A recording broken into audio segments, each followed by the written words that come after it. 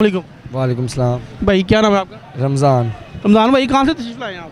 हम आए हैं ये काने से। कान बड़ी दूर से आए हैं माशाल्लाह आप। बस फिर शौक का तो कोई मूल नहीं है ना, शौक के तो पीछे आना ही पड़ रहा है। तो किस चीज़ का आपको शौक है? आप मुर्गियों का शौक है या कोई और जानवर वगैरह तोतों का या नहीं नहीं, सिर्फ ये मुर्गियों का ही शौक है। अभी तक कोई आपको पसंद आया कि नहीं आया? हाँ माशाल्लाह, हमने 5 ले ली हैं मुर्गियाँ। अब 10 और लेने के लिए सोच रहे हैं कि 10 और ले लें, बार बार तो नहीं ना चक्कर लगता अब। चले माशाल्लाह ये बहुत अच्छी बात है। तो वो आपने जो लिए हैं वो कितने कितने के लिए हैं?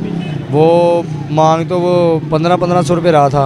वो 5 मुर्गियाँ हमने ली हैं 6000 रुपये की, यानी कि 2 हमें पड़ी हैं 1100 की, बाकी 1000 की। 1500 एक का कह रहा था वो। ठीक है। तो जैसा कि दिल की बातें चैनल का नाम है, तो आप अपने दिल की बात भी कहना चाहेंगे? दिल की बात यही कहना चाहते हैं कि हमारा शौक था इंटरव्यू पे आना, हम आ गए हैं। आपकी मेहरबानी, हमारा इंटरव्यू ले लिया आपने, शुक्रिया आप। कोई बात नहीं, हमारा फर्ज है। और कोई आप बात करना चाहेंगे? बस कोई आपको सॉन्ग आता है, कोई गाना? सलमान भी आपको जी सलमान भाई गाना सुनाना है कोई?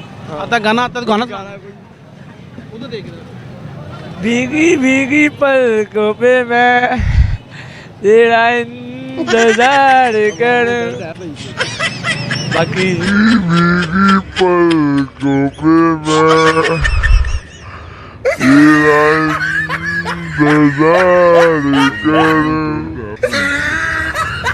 बाकी इसके भाई को भी लगता है बहुत बहुत शुक्रिया आपका। भाई को भी लगता है कोई। चलें बहुत बहुत शुक्रिया आपका। वालेकुम अस्सलाम। अंकल जी की नाम ਤੁਹਾਡਾ? मेरा नाम खुर्शीद अहमद। ਅੱਛਾ ਅੰਕਲ ਜੀ ਇਹ ਤੁਸੀਂ ਕਿਹੜੇ ਕਬੂਤਰ ਵੇਚ ਰਹੇ ਹੋ, ਕਿਹੜੀ ਨਸਲ ਹੈਗੀ? टैडी फिरोजपुरी कसूरी हर किस्म का कबूतर है मेरे को, हर किस्म। ਤੇ ਤੁਸੀਂ ਕਿੰਨੀ ਦੇਰ ਤੋਂ ਇਹ ਵੇਚ ਰਹੇ ਹੋ?